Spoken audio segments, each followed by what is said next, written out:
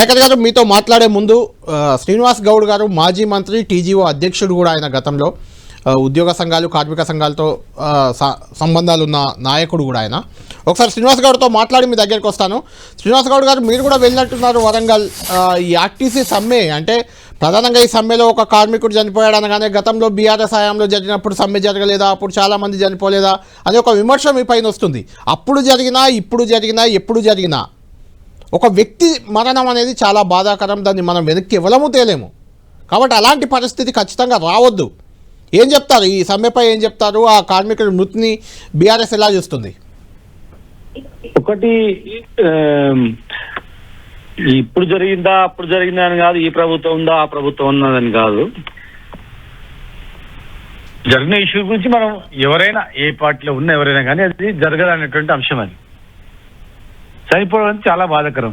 ఆనాడు తెలంగాణ గురించి ఎట్లయితే శ్రీకాంత్ ఎట్లయితే చనిపోయిందో ఆవేశంతో, అరే ఆయన ఒక ఆలోచనతో నా తర్వాత నన్న ఎట్లయినా మారుతారా అయింది, అందరూ నాయకులందరూ ఒకటి అయితే లేదని ఎట్లయితే చనిపోయాడు.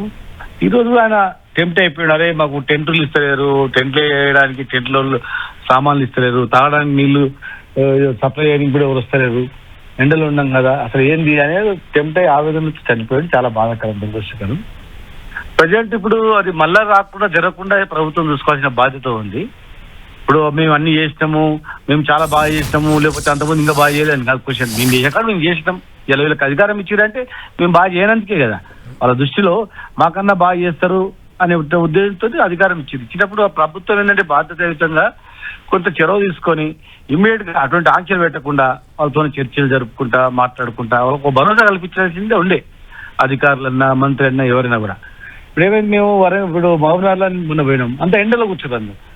ఏమైందా అంటే టెంట్లు వేస్తే కేసు బుక్ చేస్తామని చెప్పి ఇక్కడ తాండూరులో కూడా వాళ్ళంతా టెంట్లు వేయద్దు అని చెప్పి ఒక టెంట్ హౌస్ ఇస్తే వాళ్ళని కేసు బుక్ చేశారు. ఇంకొకటి వాటర్ సప్లై సామాన్లు సప్లై చేస్తే వాళ్ళ మీద కూడా కేసు బుక్ చేసింది. అసలు ఇటువంటి పరిస్థితి కాదన్నది. ఇప్పుడు మేమేదో నింద ఆరోపణ చేసి వాళ్ళ మీద ఎట్టేయడం కాదు, వాస్తవం కాదని ఆలోచన చేసుకోవాలి. వాస్తవంగా అది ఎవరైనా కూడా ఒక బాధ్యత తీసుకొని చేయకుండా ఉండాల్సింది. ఇలా ఆర్టీసీ కార్మికులకు మేము చేసినాము, మాకన్నా బాగా చేస్తామన్నారు, ఇచ్చిండ్రు. మేము ఉన్నప్పుడే క్యాబినెట్ లో మేము డిసిషన్ తీసుకున్నాము, తర్వాత జియో ఇష్యూ చేసినాము. ఎలక్షన్ కోడ్ వల్ల ఆగిపోయింది. ఓకే, మీరు కొనసాగింపు మీరు కూడా చేస్తామన్నారు కదా. ఇమ్మీడియట్ గా చేసింటే బాగుండే, లేకపోతే వాళ్ళతో మాట్లాడితే బాగుండే, సమ్మెకోకముందే చర్చ జరిపినా బాగుండే. వాళ్ళు డే 1 నుంచి ఏంటంటే వీళ్ళు వెనకాల ఉన్నారు, వాళ్ళు వెనకాల, దాని మీద దృష్టి పెట్టింది తప్ప వాళ్ళు ఇప్పుడు ఆ కాంగ్రెస్ అనుబంధం ఉన్న సంఘం కూడా చేస్తుంది. కాంగ్రెస్ అనుబంధమైనటువంటి సంఘం కూడా వాళ్ళు కూడా చేస్తున్నారు. మరి వాళ్ళు కాంగ్రెస్ లో ఉన్న ఒక గ్రూప్ కావాలని పొద్దువాలని చేస్తుందా అనొచ్చు కదా. ఒకటే చెప్తా, ఎవరున్నా కూడా ఏంటంటే దాన్ని ఇంకెవరు చనిపోకుండా ఎట్లా చర్యలు చేపట్టాలా, లేకపోతే ఏ బాధ్యత తీసుకుందాం, ఏ రకంగా వాళ్ళని భరోసా కల్పించాలా, సమయం అడుగుదామా, ఇంకా ఎట్లా ఏదో ఒకటి చెప్పాలా. ఇట్లా ఉట్టి చెప్పకుండా ఉట్టిగా దాటేస్తే కాదు. ఇలా చనిపోయిండు, ఇంకొకరు చావుకు కారణం కావద్దు. ప్రభుత్వం బాధ్యతగా వ్యవహరిస్తే ఒకవేళ చర్చలు జరిపితే సక్సెస్ అవుతుంది. అది